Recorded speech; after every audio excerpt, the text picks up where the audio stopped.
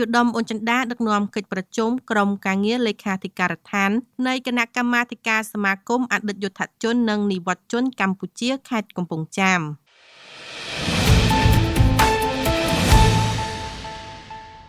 អាយុធមអ៊ុនចិន្តាអភិបាលនៃគណៈអភិបាលខេត្តនិងជាប្រធានគណៈកម្មាធិការសមាគមអតីតយុទ្ធជននិងនិវត្តន៍ជនកម្ពុជាហៅកាត់អនកខេត្តកំពង់ចាមនាព្រឹកថ្ងៃទី4 ខែមិថុនាឆ្នាំ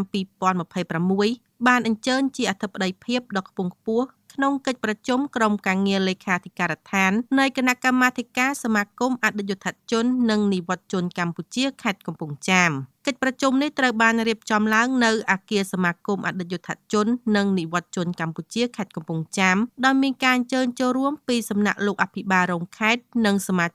ជិកានៃក្រុមការងារលេខាធិការដ្ឋានអនកខេត្តជាច្រើនរូបទៀតផងដែរ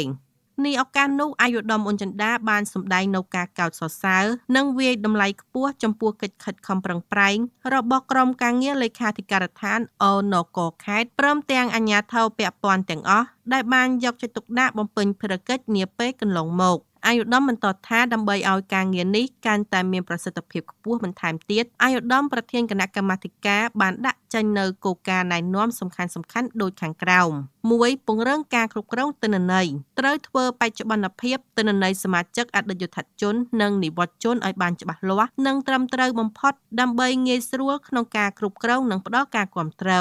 2. យកចិត្តទុកដាក់លើជីវភាពរស់នៅត្រូវចុះពិនិត្យនិងតាមដានសុខទុក្ខរបស់បងប្អូនអតីតយុទ្ធជននិងមូលដ្ឋានជាពិសេសគ្រួសារដែលមានជីវភាពខ្វះខាតឬជួបការលំបាកខ្លាំងដើម្បីផ្ដល់ជំនួយឧបត្ថម្ភនិងសាងសង់ផ្ទះមនុស្សធម៌ជូនបានទាន់ពេលវេលា